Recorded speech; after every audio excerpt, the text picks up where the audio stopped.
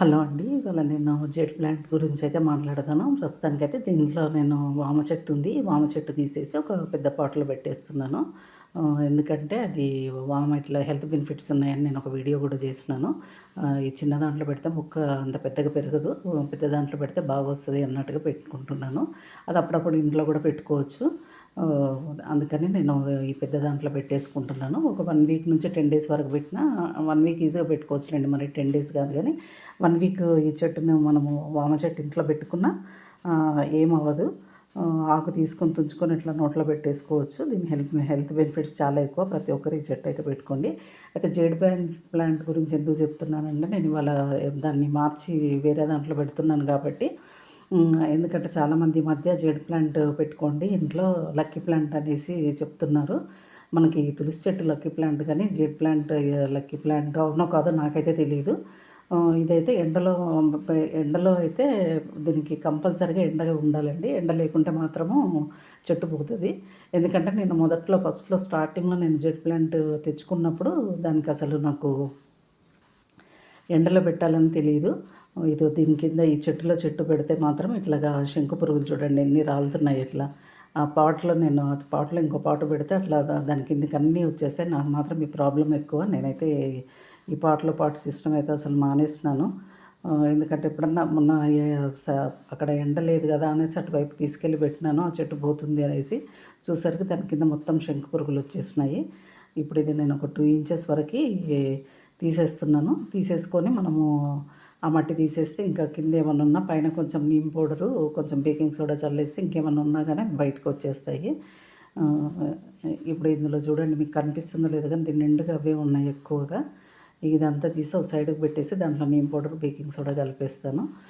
ఇందులో కొంచెం కంపోస్ట్ అది ఇంతవరకు అయితే నేను ఎప్పుడు కంపోస్ట్ వేయలేదు. ఇది మొక్క ఏంటో కూడా నాకు తెలియదు. ఇది మా అక్క దగ్గర నుంచి తెచ్చుకున్నాను నేను.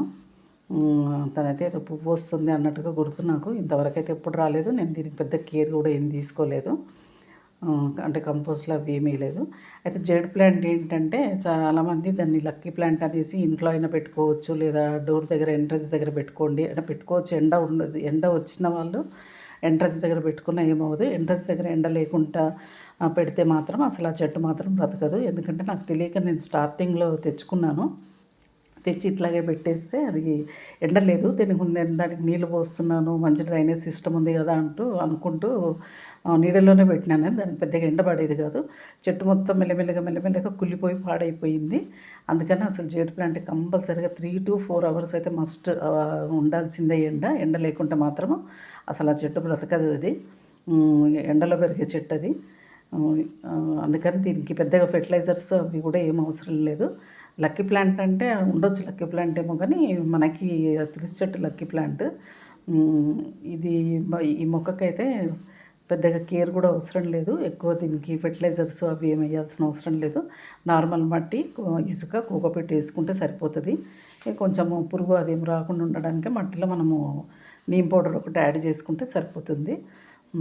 ఇంతే. ఇప్పుడైతే నేను ఎందుకు దీంట్లో పెట్టుకుంటున్నానంటే ఇది చిన్న పాటు ప్లస్ దానికి కింద నాకు నీళ్ళు ఎక్కువ పోయాల్సిన అవసరం లేదు. 1 వీక్ ఒకసారి పోసినా 4 డేస్కి ఒకసారి పోసినా సరిపోతుంది. అందుకని నాకు కింద అది తాడు మొత్తం తడిచిపోతుంది అనేసి ఇంకా నేను ఇది పెట్టేస్తున్నాను. అంటే మనం డైలీ పోయాల్సిన అవసరం ఉండదు కదా. 1 వీక్లీ ఒకసారి పోసుకొని ఎండలో పెట్టుకుంటే పెరుగుతుంది.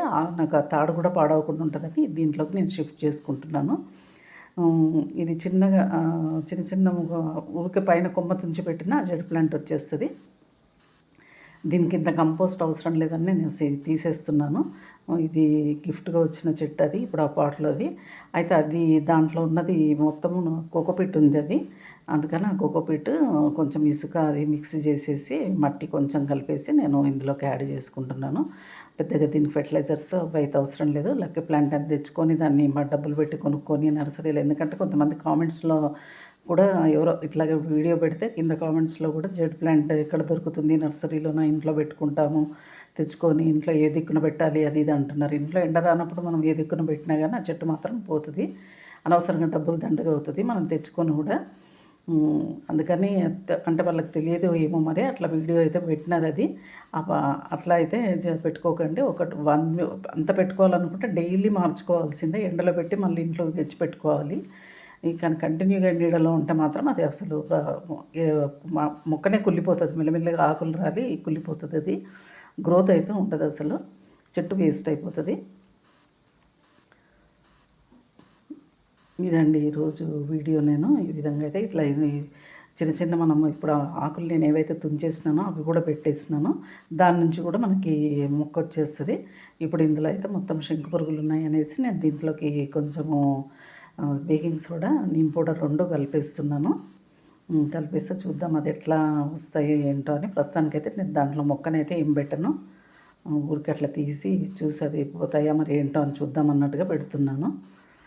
ఒక అపోహతోటి మాత్రం ఉండకండి. అది జేడ్ ప్లాంట్ ఏదో లక్కీ తెస్తుంది అనేసి, అంటే లక్కీ ఉంటుందో ఏమో నాకైతే తెలియదు దాని గురించి. ఊరికే మొక్క బాగుంటుంది అన్నట్టుగా నేను తెచ్చిపెట్టుకున్నాను. కానీ ఒకవేళ అది ఉంటే మాత్రము మీరు ఎండ ఉన్న ప్లేస్లోనే పెట్టుకొని, అది కూడా 4 to 5 hours అయితే ఈజీగా ఎండ ఉండాలి, లేకుంటే మాత్రం చెట్టు బ్రతకడం కష్టం. అది అట్లీస్ట్ 3 hours అయితే ఉండాలి దానికి ఎండ, అప్పుడే దాని చెట్టు బాగా పెరుగుతుంది.